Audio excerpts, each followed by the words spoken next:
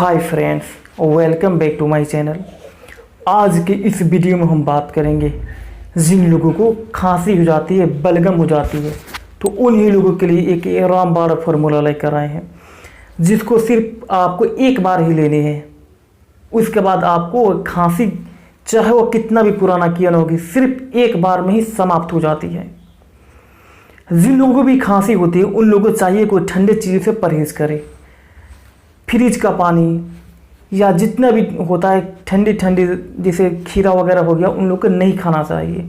उनको हमेशा सुबह शाम दोपहर जब भी वो पानी पिए तो हल्का गुनगुना पानी पिए।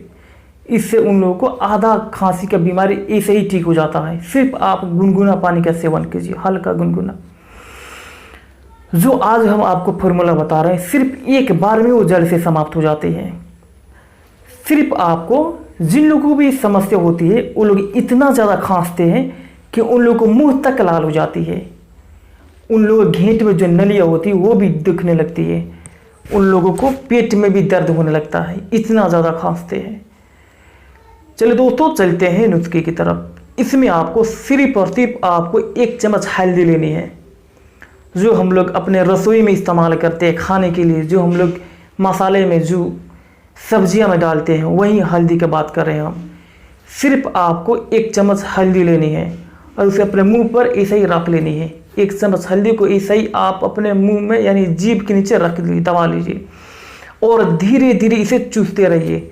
जैसे लार जो अंदर जाती है उसी के हिसाब से, मतलब उसी के साथ हल्का हल्का करते, यानी आपको 1 चम्मच हल्दी को चूसने में लगभग 5 से 7 मिनट का टाइम लग जाता है। ऐसे ही आप एक बार ही रखिए और लगभग 5 से 7 मिनट में वो समाप्त हो जाएगी। ऐसे ही आप उसके बाद हो सके अगर पानी पीने का मन करे तो आप हल्का गुनगुना पानी पी लीजिए। उसके बाद चाहे वो कितना भी आपको पुराना आपको खांसी का रोग है, एक बार में समाप्त हो जाता।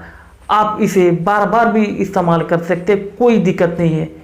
ये आपको अगर आपके शरीर में दर्द है तो दर्द को भी मारता है। ठीक है दोस्तों, ये फार्मूला बहुत ही बेहतरीन का फार्मूला है। अगर आपको भी खांसी होती है तो आप इसे ज़रूर इस्तेमाल करें।